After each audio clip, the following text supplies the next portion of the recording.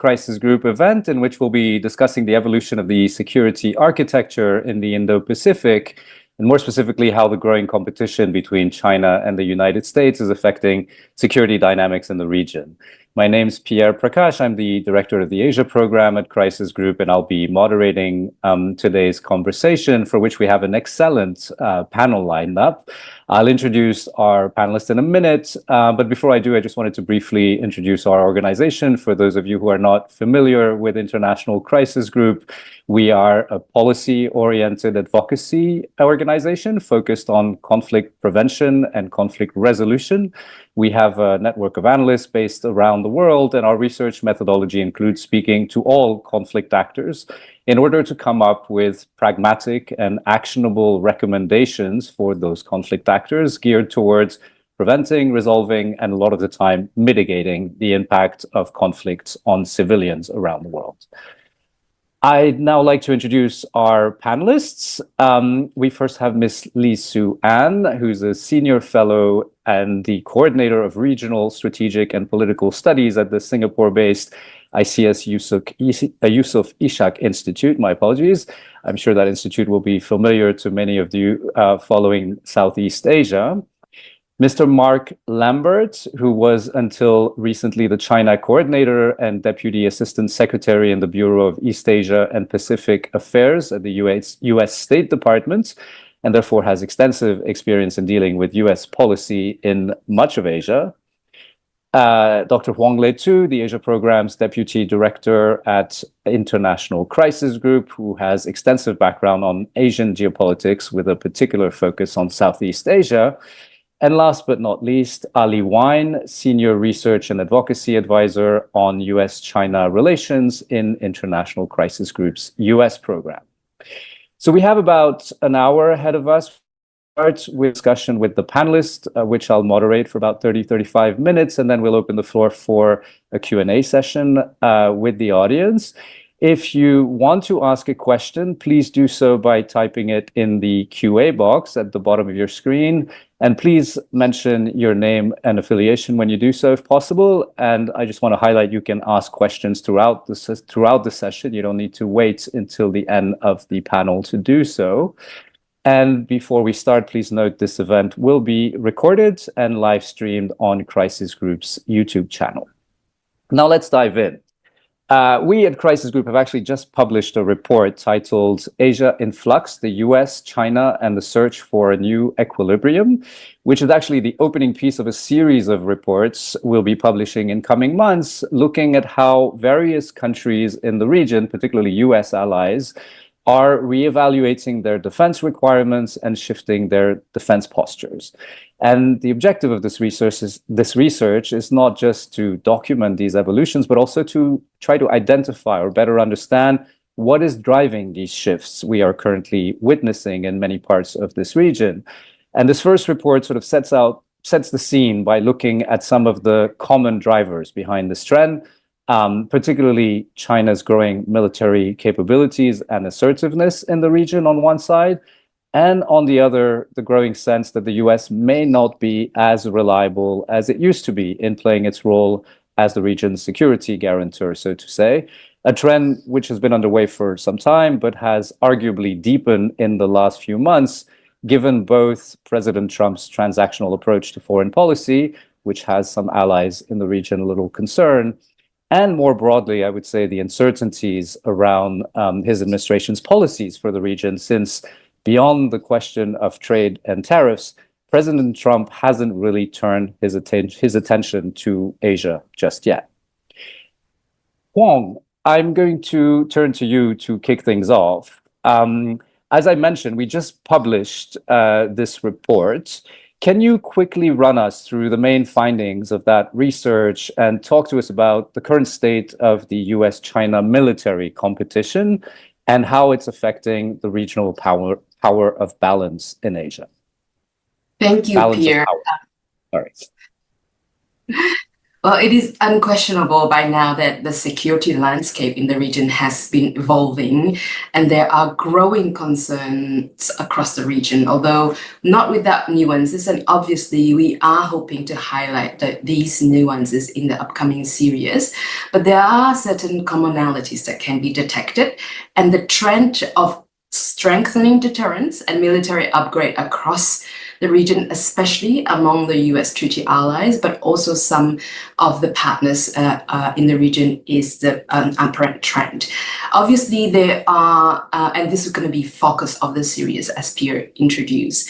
And obviously, there are other factors like domestic politics, change in the leadership within the countries that change their postures as well as their economic capabilities and ambitions as they grow in the status of middle powers that also want to upgrade and update their technological and defense military hardware.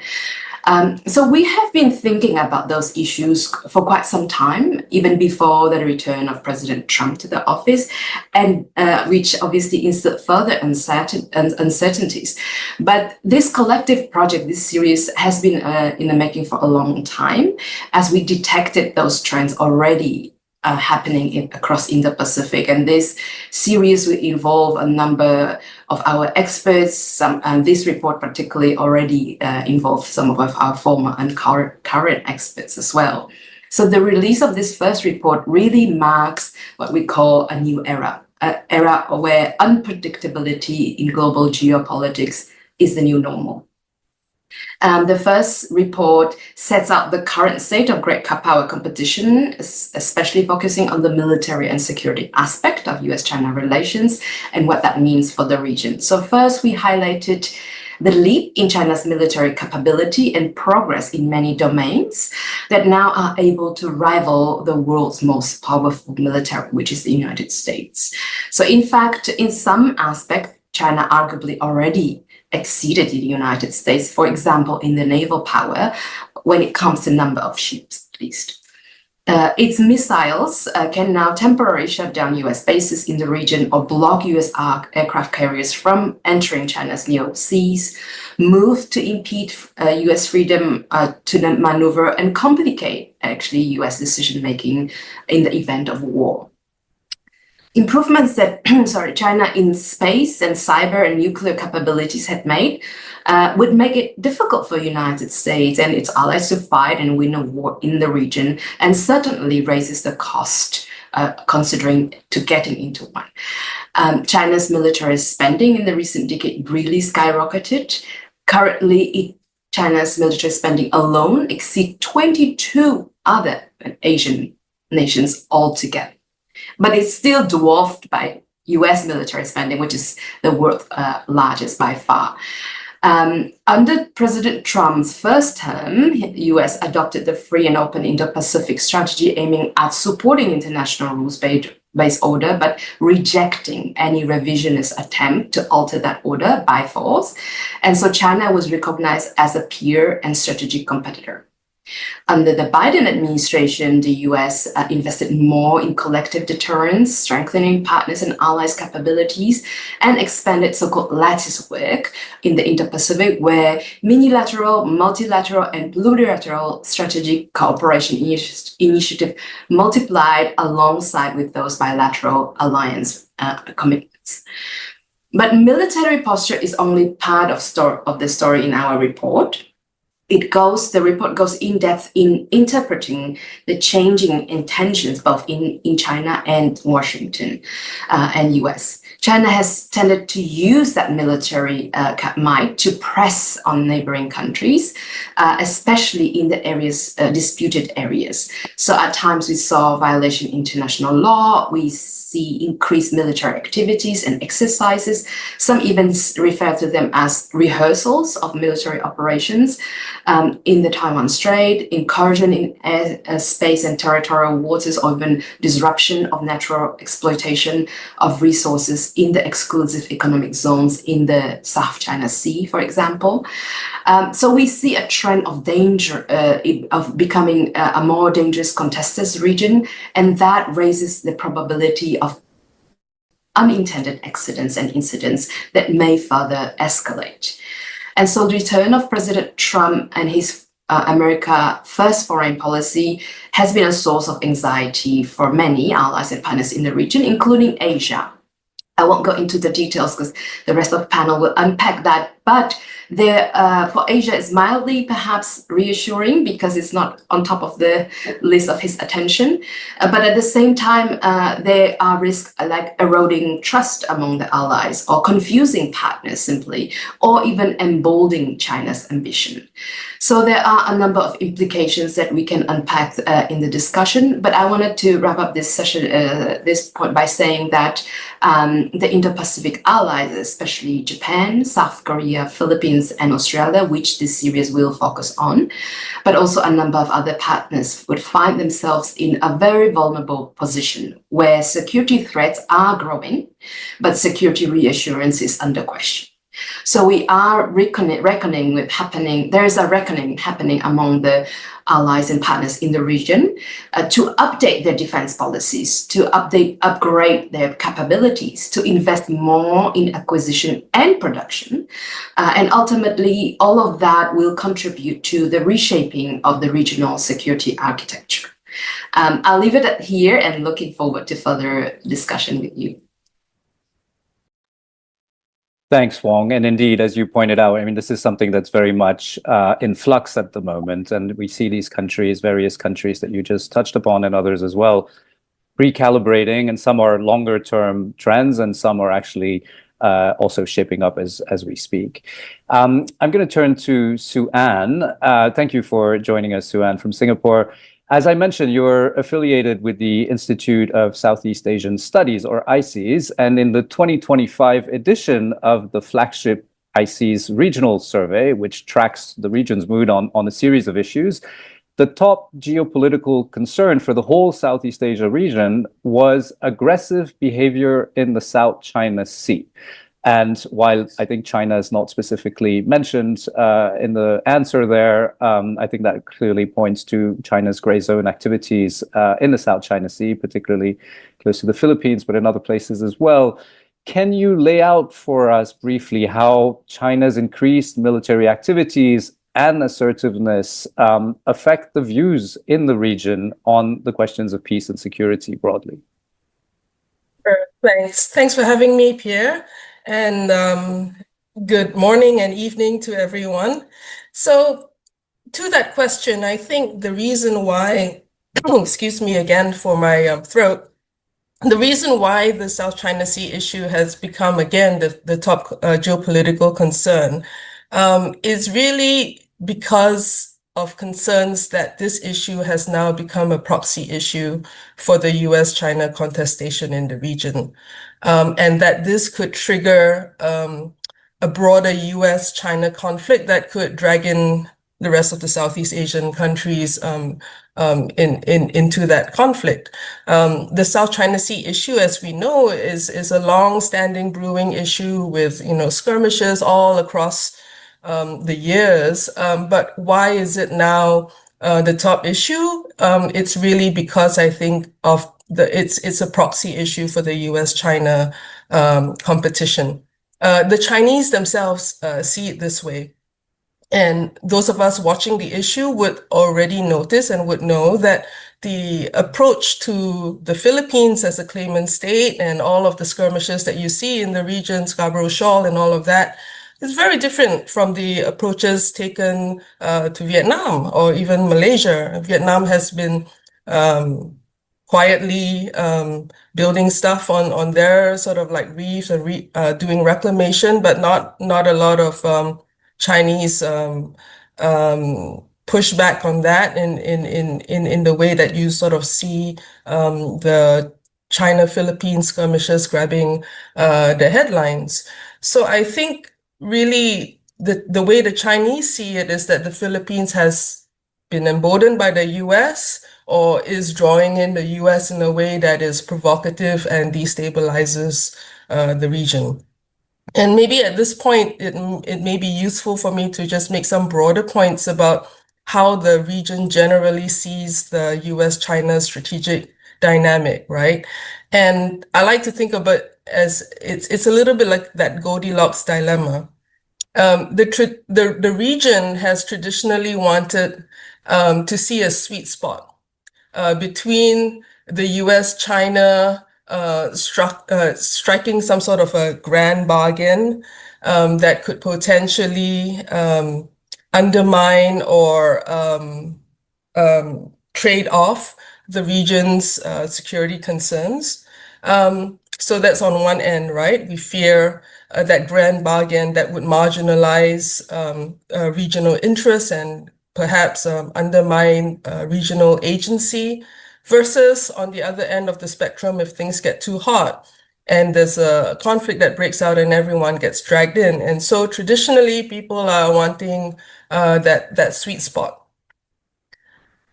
Where are we in today in this continuum? It's really hard to say. There are conflicting signals for all the reasons that have been laid out in Hong's paper. President Trump is clearly very keen on striking a deal with President Xi. Some people are even saying that Trump perhaps would be keen on entertaining that grand bargain. Trump has, often said that he really likes and respects President Xi, and that between the US and China, they could, solve much of the world's problems. And so really, this is kind of like an invitation to say, come deal with me, come strike that deal. And of course, we know that actually the phone never rang. And after a while, it's like, why are they not calling? And so, but people have been trying to sort of say this could actually be a window of opportunity for China to strike a deal with President Trump, who perhaps doesn't seem to be as ideologically opposed to China as some of the hawks that might be present in the US system. But as we know, there are probably very good reasons to be very skeptical about this. Would President Trump be able to carry it? And really all indications from the Chinese people that I've talked to is that the Chinese side just remains extremely wary, distrustful and skeptical, about any sort of a grand bargain, right?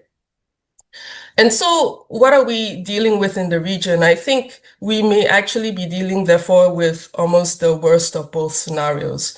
So at a tactical level, we could very well see some sort of a short-term accommodation between the US and China that could leave other friends and allies in the lurch. The current situation with the trade talks is a case in point. And, as we have seen, there's now kind of like a bit of a pause, a 90-day pause, and there is a deal that has been struck that has left China with 30% tariffs, right? But then unless some fresh negotiations and deals are struck for the others in the region, we are now sort of seeing a situation where some Southeast Asian countries are looking at tariff rates higher than China's current 30%. Cambodia with 49%, Vietnam 45%, Indonesia 32%, right? And then at the same time, you also have a situation where regional countries could still find themselves in situations where they are forced to choose. And this is seen with, the US's latest statements on warning against the use of advanced Huawei chips. So where does this leave the region? And I think one stark reality is that, we obviously have to prepare for all scenarios because nothing is certain. But perhaps I think a key bottom line takeaway is that the region will need to seriously prepare to deal with an increasingly strong and potentially more assertive China without counting on the US for any security guarantees, either because the US might throw its allies under the bus, or because the US is actually asking countries to pay a price that is far too costly in choosing the US side. So perhaps I'll just stop there and I'll save my comments about, what the region might do for later part of the discussion. Thank you. Thank you, Sue-Ann. And yes, I'm sure we'll also probably come back to this question of a potential grand bargain, which is very much part of the conversation in DC at this point. But I will turn to Mark now. Mark, thanks for being with us, especially given the late hour in Washington, D.C. You spent a long time in the US government working on China policy and Asia policy more broadly, for that matter. From your perspective, what do you think would be the broad contours of a strategy that would best advance American interests in the region at this juncture? And I should add, not be considered completely provocative by China. Well, Pierre, thank you so much, and thank you for the opportunity to speak here. I'm going to try to condense this all into as short a period of time as possible, but I want to start it off with manage your expectations about Washington coming forth with a strategy that's easy to understand in the near term. I like those strategies when I was a practitioner. I like them because it makes it easier to explain what we're trying to do.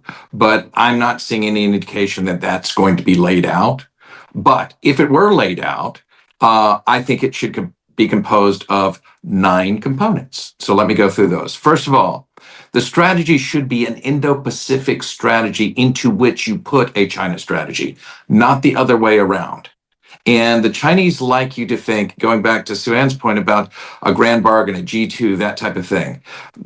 That is anathema to U.S. interests, in my opinion. We need to talk about Japan is important because Japan is important. ASEAN is important because ASEAN is important. Not that they are important because of our competition with China.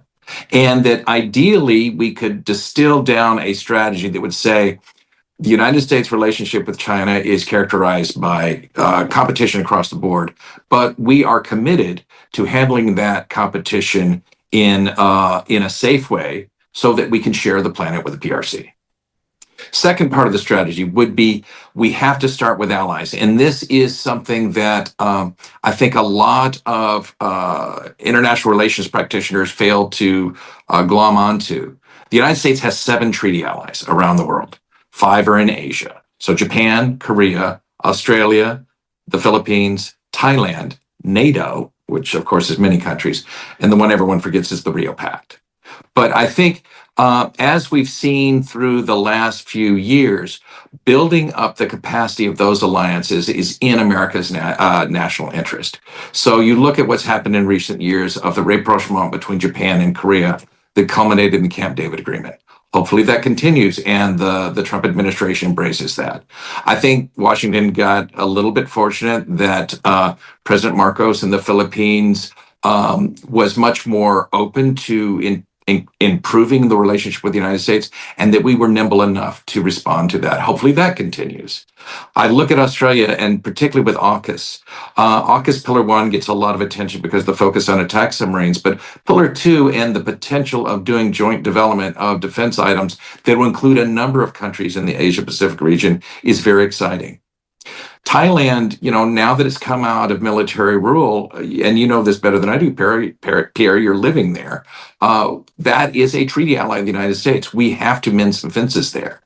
I think a big event of the last few years was our American allies in NATO working more closely with American partners and allies in the East Asia Pacific region and looking at common concerns about free flow of commerce, the state of Taiwan, and those types of things.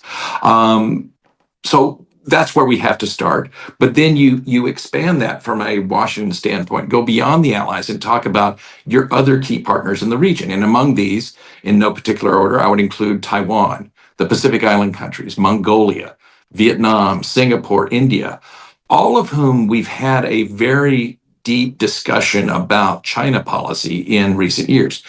I'm hoping that continues. The fourth is then you expand that circle even further to hedging states. And Washington should accept, in my professional opinion, most countries on earth are going to be hedging. They want to have a strong relationship with Beijing. They want to have a strong relationship with Washington. Americans need to be mature enough to just say that's life and understand that. Nonetheless, treat those countries with respect and spell out what it is the United States is seeking to do. The future of our planet, the younger parts of our planet, the places where innovation are going to be coming are Southeast Asia, it's the Middle East, it's Africa, it's Latin America. We should be talking to all those areas about China policy, and to be blunt, just assure them we're not crazy, that we are committed to trying to find a way to work on this. Which gets to my fifth point. We have to lay out a positive vision. It can't be China bad, China bad, China bad. And no one wants to hear that. No one wants to be part of that. It has to be what a close relationship with the United States and our most like-minded countries affords them. And I recognize the irony of my saying this in light of the aforementioned tariffs and other sorts of things. But at our best, we stand for shared prosperity, the free flow of ideas, transparency, the rule of law, enforceable contracts. I hope we can get back to do that. The sixth, which I'm hoping that Crisis Group can do in future papers, is a focus on economic security. I think this was a big change in how Washington views security writ large. Most of my career, the folks who were trained as I was, who came up in traditional security worlds, we worked in our world, and those who worked on trade, technology, and economic issues worked in their world. And in the last few years, I think we've broken down those stovepipes and recognized it's all intertwined. So on economic security, let me put a plug in there. I wish TPP were a thing. It's not a thing. I still hope, and I pray to every divinity I know, that it would be a thing. But looking beyond that, I look at a growing recognition of how economic security and how China's ability to weaponize trade and tourism is a real threat. We've seen it in Korea, we've seen it in Japan, we've seen it in Vietnam, we've seen it in Australia, we've seen it in Lithuania, we've seen it in Costa Rica. But in recent years, I think there's a recognition, if we work together to mitigate that risk, that type of bullying actually is counterproductive, and hopefully the Chinese recognize it's not in their best interest. Also under economic security, I would put supply chains. A lot's been written about that, not just the raw materials, but the inputs that we all depend upon. We need supply chains that are reliable and not subject to pandemics or trade friction or other sorts of things. Overcapacity, that was a big issue that we were talking about at the end of the Biden administration about solar panels, electric vehicle batteries. It's still a big issue. Are the Americans still going to work with like-minded countries on that? And finally, on tech, the Chinese have been very transparent. They want to be the global leader for artificial intelligence, quantum computing, cyber, next generation semiconductors. All of these have military applications. And not to put too fine a point on it, I don't think it's in America's best interest to facilitate China being the leader in these areas, developing technologies that can be weaponized to kill Americans or kill American allies. And I think that is a defensible position. It's not one that Beijing likes to hear, but we should talk about that. The next, and again, I realize my sitting in Greater Washington talking about, we have to have a policy about development. I do think it's pretty obvious it was an error on Washington's part to gut the U.S. Agency for International Development before we laid out a China strategy or an Indo-Pacific strategy. Development assistance, not just in food security and in health, but also in building those institutions and helping to build reliable journalists and other types of things, is a vital tool. And yet we have taken that away from ourselves, for at least now. Where are we going to go with development assistance in the future? And I think that's something that has to be wrestled with. My eighth point is, and I think your paper, Huang, points this out, I don't know if Washington's done a very good job of explaining to the American people why the Indo-Pacific region is important. We practitioners and we experts, we understand it, but we need to do a better job of explaining to the people we grew up with why this part of the world is so vitally important to America's long-term security, both physical security and economic security. And then finally, the ninth, let's not forget, we got to talk to the Chinese. Huang, your paper talked about that. I mean, the Chinese don't like a lot of what I just laid out, but we owe them an understanding of this is how we see things, and we would appreciate in return a similar explanation from them how they perceive us and their interests. So I'm trying to keep that on time. Thanks. Thank you, Mark. And that's a very exhaustive answer. Thank you for that. Lots of food for thought there, as actually the US, the new administration sort of, once again, hasn't really turned its attention to Asia. And I think there's many points in there that they should be looking at indeed. And speaking of which, Ali, if I can ask you maybe to build off a bit of Mark's response. I mean, what do you think the Trump administration at this point could do to better respond to China's growing power in a way that leads to a more stable security environment, while, of course, taking its own national interest into the picture? And provided, of course, that both can overcome the current standoff on tariffs, because that has pretty much crowded out all other topics on the bilateral agenda at this point. Thanks very much, Pierre. Well, first, I would commend the administration to adopt this nine-part strategy that Mark has laid out. It's a really rigorous and considered enumeration of, I think, what U.S. policy should be, and I find myself in violent agreement, unsurprisingly. And I'll come back to some of the points that Mark made. But Pierre, as a first point, maybe just sort of picking up where you sort of ended your question with I guess right now we're maybe in a trade truce, kind of an uneasy denouement. The first point would be we need a more decisive resolution of the trade war in a way that enables the resumption of high-level diplomacy, particularly between President Trump, and President Xi. In the Biden administration, of course, the channel between President Biden and President Xi was vitally important. And that bilateral leader-level dialogue was supplemented by, informed by, shaped by a very wide range of dialogues between senior U.S. officials and senior Chinese officials, including up until very recently, Mark. And I think in this administration, I really do think that given how large President Trump looms in American politics, given the growing concentration of power around President Xi, I do think that bilateral channel between President Trump and President Xi is going to be that much more important than the leader-level channel during the Biden administration. And there were high hopes when President Trump came in, and here I'm going to pick up on some of the remarks that Sue Ann made. When President Trump was then sort of President-elect Trump, he came into office saying that he wanted to reestablish a rapport with President Xi. He spoke of the alleged friendship that he and President Xi had during their first term that was unceremoniously curtailed or derailed, rather, by the coronavirus pandemic. He said, I think shortly before taking office, that China and the United States together could solve all of the problems of the world. He invited President Xi to his inauguration. Now, President Xi declined, but had he attended, he would have been, I believe, the first foreign head of state to have attended a U.S. presidential inauguration. So there were a lot of signs coming in that President Trump, believing in sort of his deal-making prowess, believing in a highly personalistic conception of diplomacy, there were some promising signs coming in. And in fact, up until not even a month prior to Liberation Day on April 2nd, referring here to the tariff campaign, there was reporting that President Trump and President Xi were planning on a birthday summit. President Trump was born on June 14th, President Xi was born on June 15th. But then Liberation Day came, and I think that we have walked back.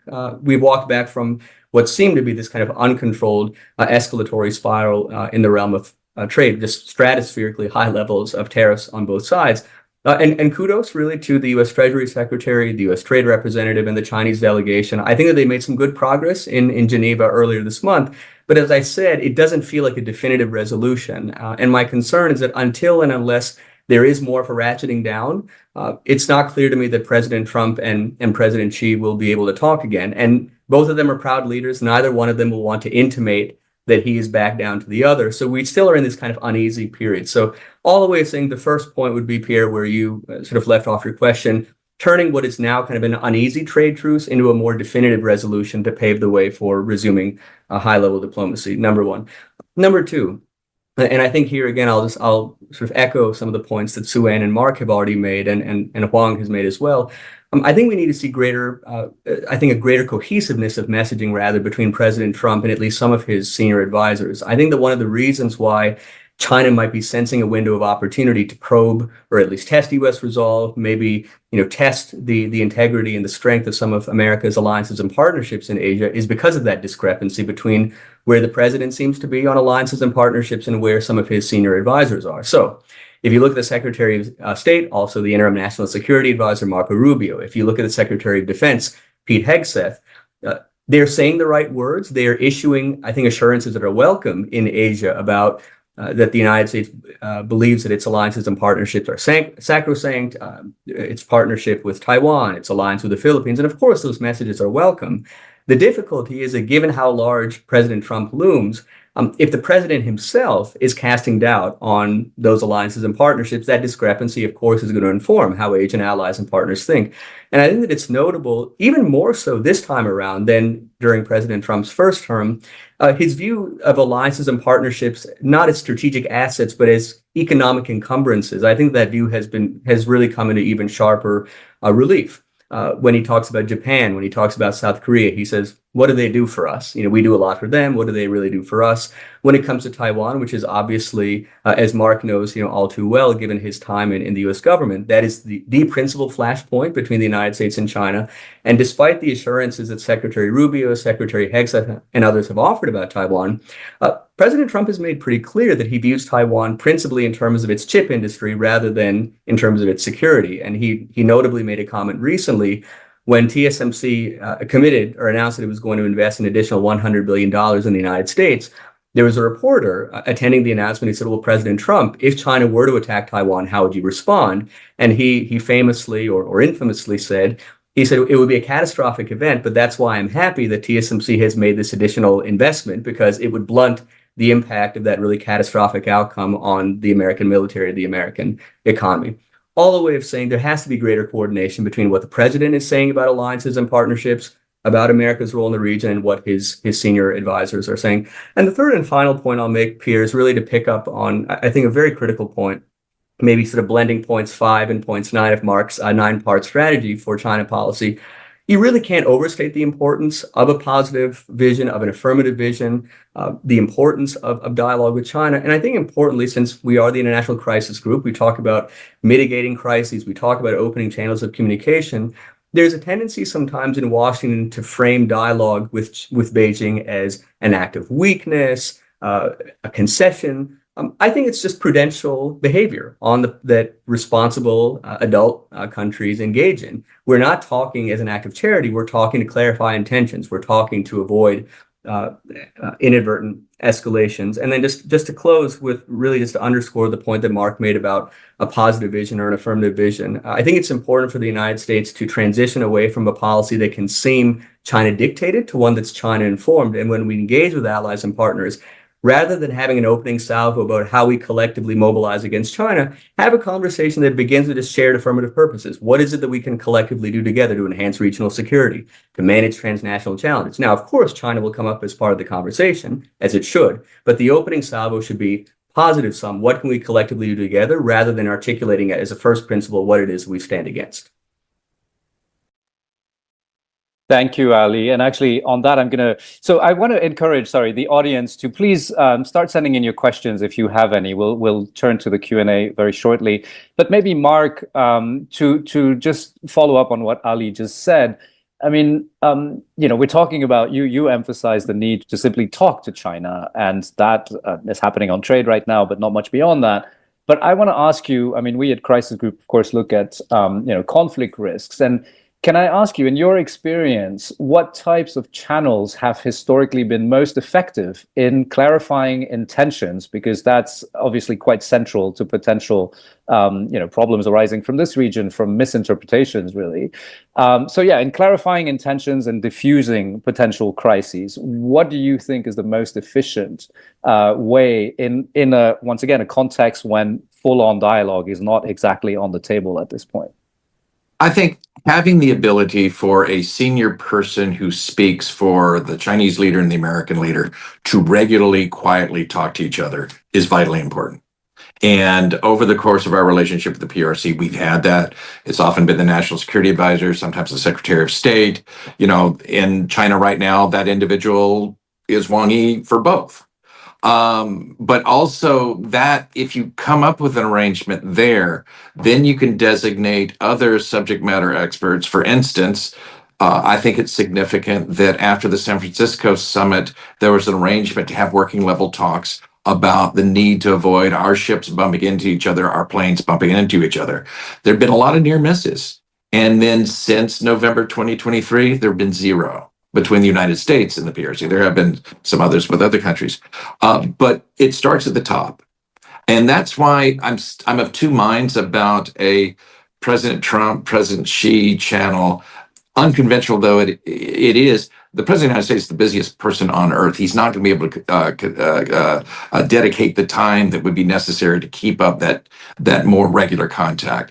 Perhaps the National Security Advisor or the Secretary of State could. But you need to have that, and then it's done at a lower level.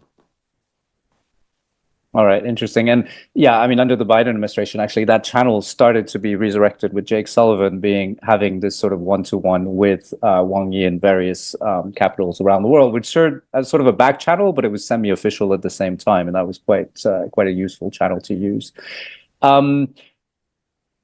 Once again, to the audience, please do send us in your questions.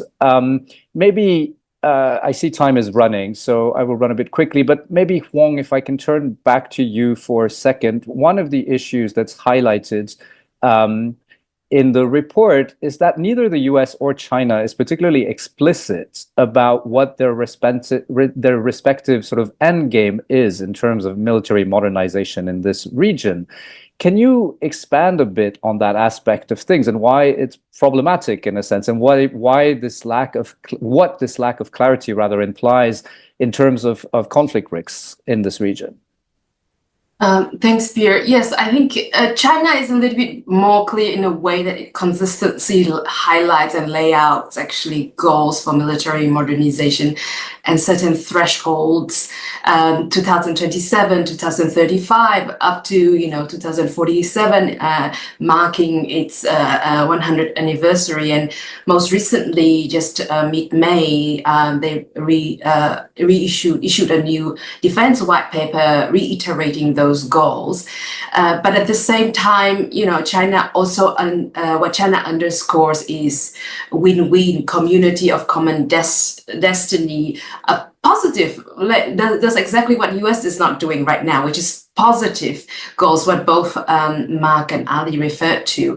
But it's not always has reflection in reality. We mentioned some of those actions that really struck security concerns across the region, not only at time the claimant states or the rival claimant states in the South China Sea, but in general, even those who don't have direct claims may find themselves in this cross fires, or so to speak, or being obstructed in their regular conduct of fishery, for example, right? So everybody is at risk and is vulnerable.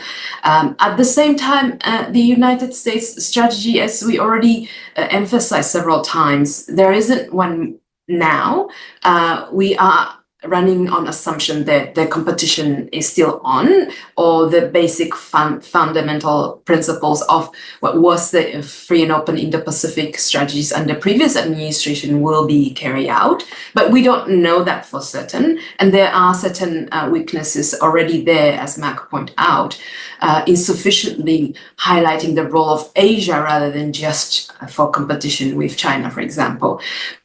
And my point is here that, the world doesn't like void. Void will be filled. And China is doing really good job in filling this void with US withdrawing from the aid agenda, climate change, other multilateral global causes, public health. You know how it was important for the COVID pandemic with assistance of US and partners and allies vaccine initiative. We had Quad vaccine initiative, for example, with quadrilateral security dialogue partners.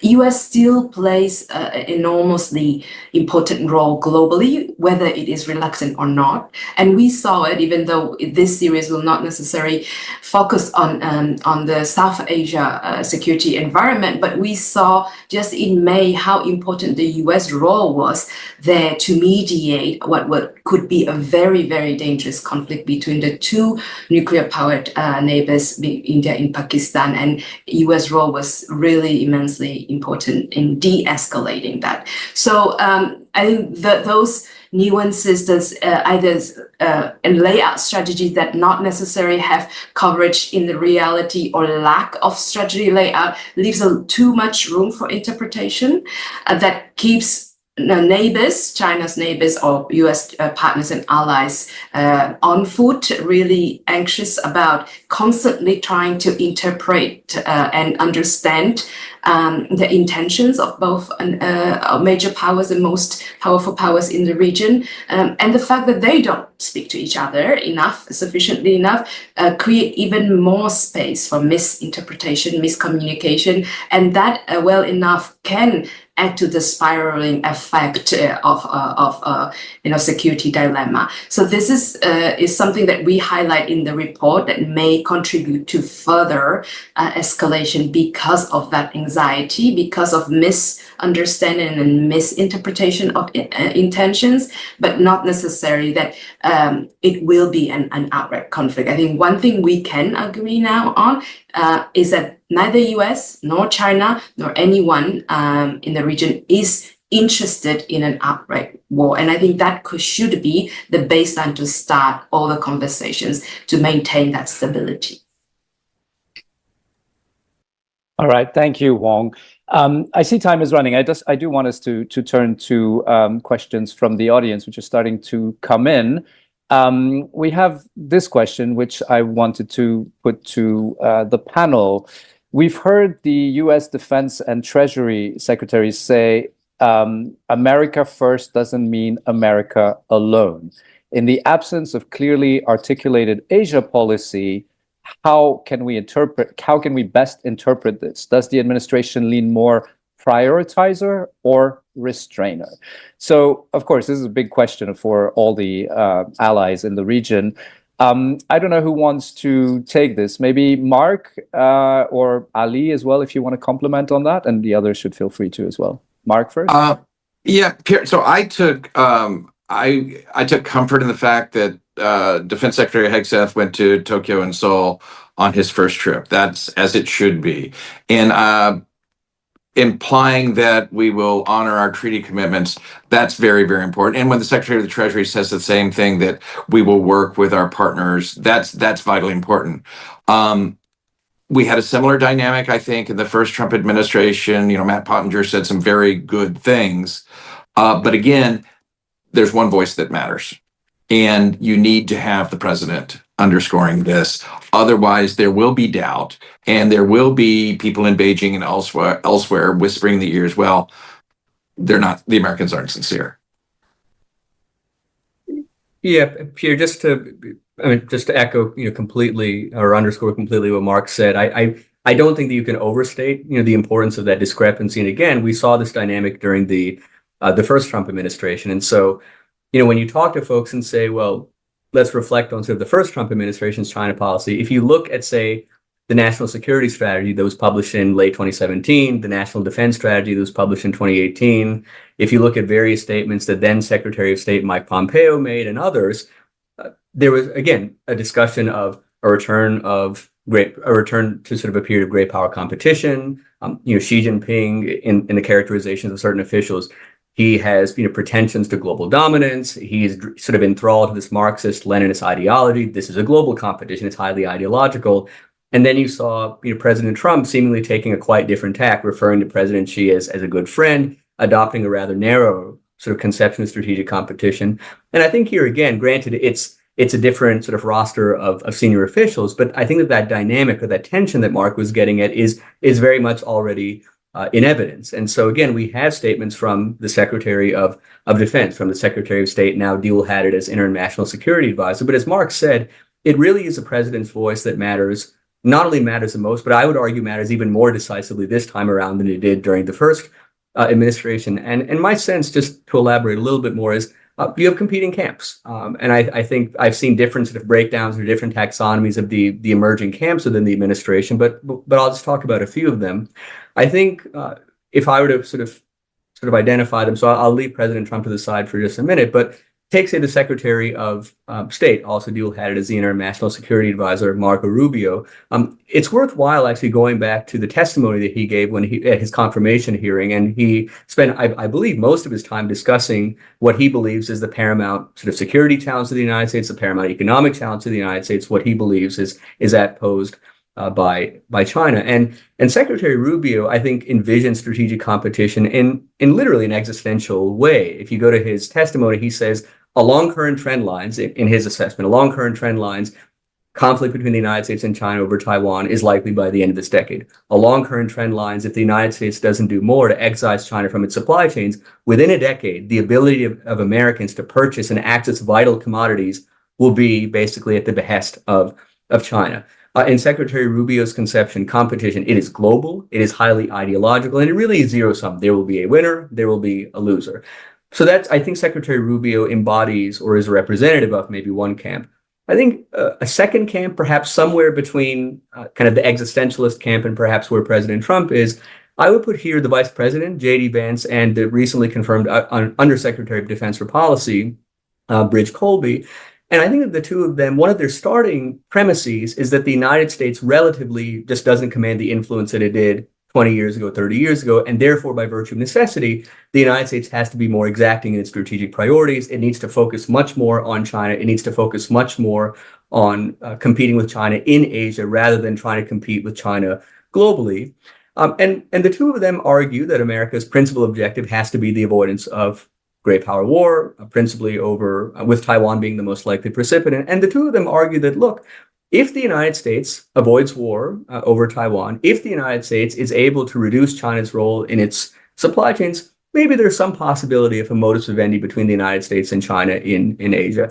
And then last, but certainly not least, in fact, most importantly, there's the president himself. And as I already said a few minutes ago, I think that President Trump, I think unlike some of his senior advisors now, and unlike some of the senior advisors he had in his first administration, he takes a rather narrow view of strategic competition. I think that his first and foremost grievance against China continues to be the size of its trade surplus vis-a-vis the United States, and he believes in tariffs as a corrective measure for producing a more balanced bilateral economic relationship. He also has expressed concern about China's continued export of fentanyl precursors. But once you get outside of those two grievances, I don't get the sense that the president himself views strategic competition in global, highly ideological zero-sum terms. So all the way of saying there are competing camps that are shaping the administration's views, but President Trump's views, I think, do loom largest and even more so than in his first term. Yes, thank you, Ailey. And I think we're actually getting some, not necessarily questions, but comments about that, about, how can Trump be considered reliable? He says one thing and then contradicts himself, hasn't lived up to past agreements, etc. But maybe turning back to you, Sue-Ann, actually, about how this is all impacting other countries in the region, because you touched upon this a little earlier, but maybe if we can come back to that a bit, and the agency of countries in the region, which is something that we'll be, we're trying to also work on in more detail as part of the series that we're working on, looking at different countries here. But how would you say that regional middle powers, as we've now, I think, collectively called them for many of them, how are they preparing themselves for this increasingly tense environment? And I would add this high level of uncertainty as to how things will evolve from here in terms of US-China competition, and of course, particularly in Southeast Asia. Thanks. I wanted to pick up on some of the important sort of points Ali was making, which is the point that, President Trump takes a much more narrow view of strategic competition that is, less ideological, let's say. And actually, I think this presents an opportunity. I think because, in a sense, it makes it easier, potentially, is that window of opportunity for actually some constructive talks to happen between the US and China. Without too much of the ideological overlay, which was actually, frankly, also deeply troubling the region. If you remember the Biden's AI diffusion framework, and all of these things. A lot of things were, in a sense, over-securitized, and there was a deep ideological overlay with it, which actually, I think, quite a lot of countries in the region don't particularly appreciate.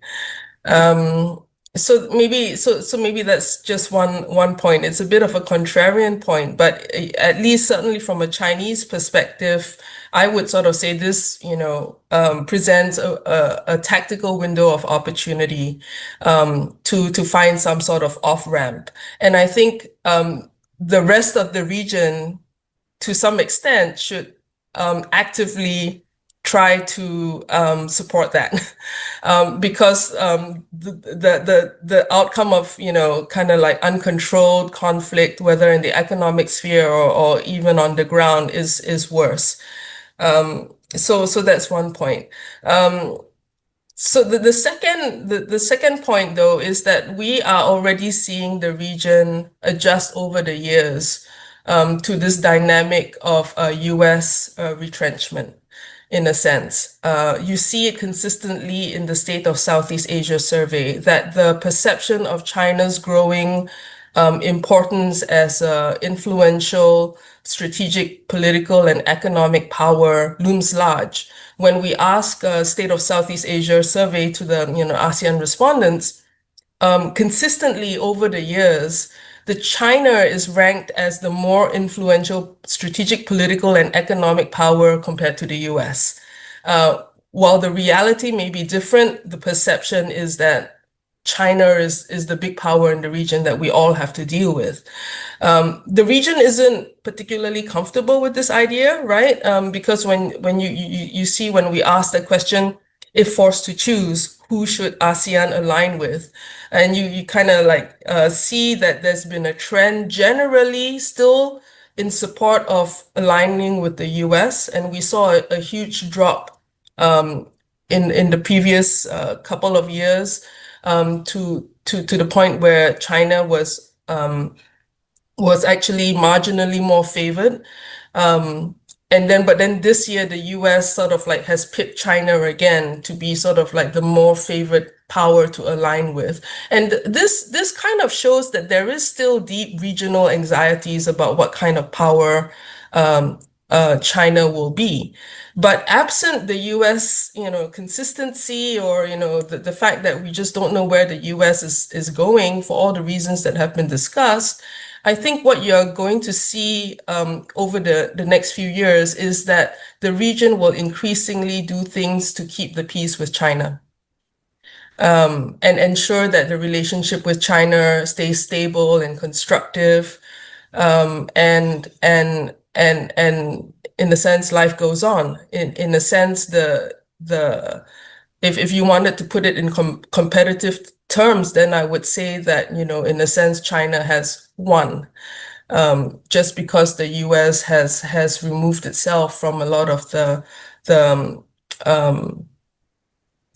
mechanisms, or has not been able to give the kinds of reassurances the region needs.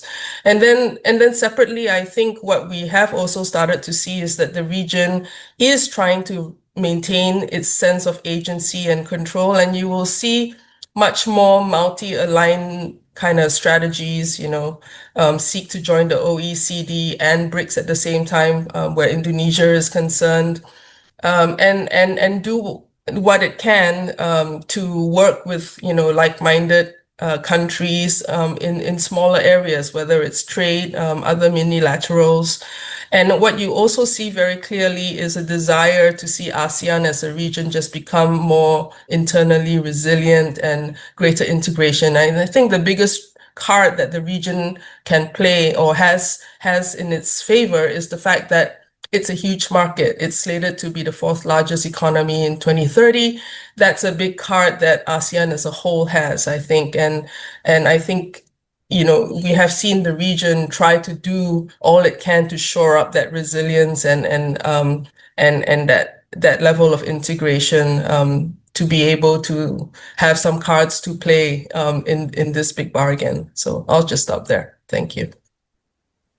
Yeah, indeed. I think the point you're highlighting about the economic importance of the sub-region is something that definitely ASEAN should be capitalizing on. At the same time, I would also add to that it requires ASEAN to stay united, particularly in facing China. And when we see, the code of conduct negotiations and so forth, for example, it's not always completely homogenous amongst ASEAN. I think that's a challenge for the grouping in coming years.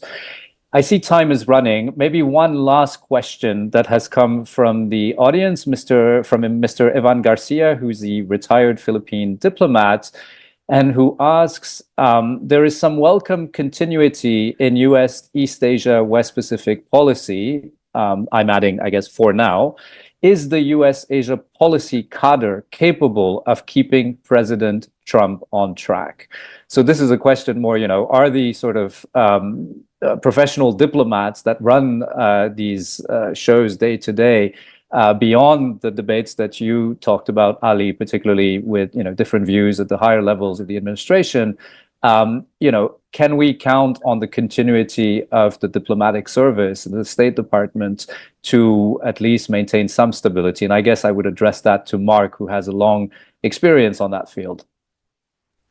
Well, I don't have a crystal ball, but I can assure you that when we're talking about a country like the Philippines, we were all excited at particularly after the difficulties our bilateral relationship with Manila went through, when we had this new opportunity. And I think we were nimble enough to respond and work with our Filipino allies to help build it up.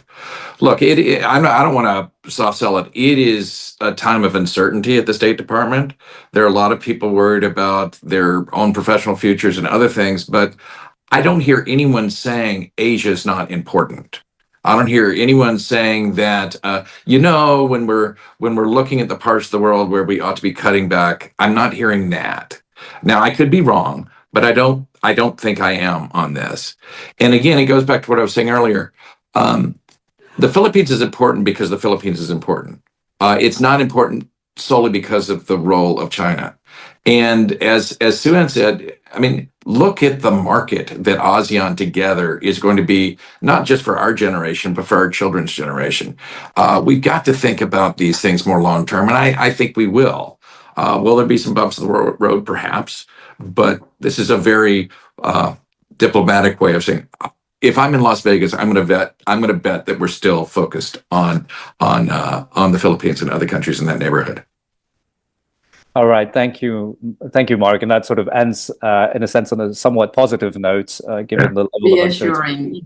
In the reassuring notes, given the level of uncertainty that we see in this region, particularly amongst our U.S. allies, but not exclusively. I'm afraid time is up, so I'm going to call this to an end. I want to thank our speakers. I think we managed to cover quite a bit of ground today. Of course, there's plenty more to explore.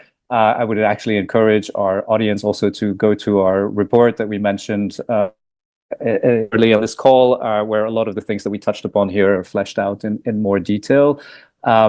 Thank you once again to our panelists. Thank you to the audience joining from various parts of the world. And once again, the event will be recorded and available soon on our YouTube channel and our website. Don't hesitate to refer people to it if you thought it was an interesting conversation. And do look out as well if you are following these issues for the upcoming reports in our series that will be looking at more individual countries in the region after this opening report. Thank you again to everyone, and see you next time. Thanks.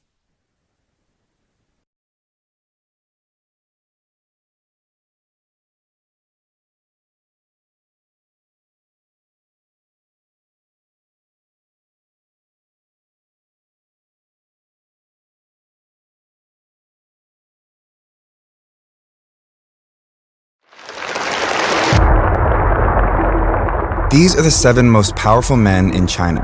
They represent the top leadership positions of the ruling party, and their identities are revealed every 5 years at a carefully choreographed political event called the National Congress. China's Communist Party unveils its new leadership over the next 5 years. The order of appearance is symbolic. The first person to emerge is the head of the party for the next 5 years. At the most recent event in October 2022, that person was Xi Jinping, China's president for the last 10 years, who walked out in the top spot a historic third time after getting rid of China's presidential term limit that restricted all his predecessors to 2 terms, a signal that he may be planning to stay in power for life. The world hasn't seen a Chinese leader like this since Mao Zedong, the revolutionary founder of the People's Republic of China, whose ruthless dictatorship scarred the Chinese people for generations. Xi has been compared to Mao a lot, and he clearly draws from Mao's playbook. But there's something else that connects these two. When Xi was just a young boy, Mao ruined his life. Generations apart, their paths crossed unexpectedly, and a teenage Xi from an elite family in Beijing ended up in exile, condemned to hard labor in the countryside. 50 years later, Xi is one of the most powerful political figures in the world and the only leader since Mao to have unchecked power over China. So, how did he go from being banished in his country to taking complete control of it?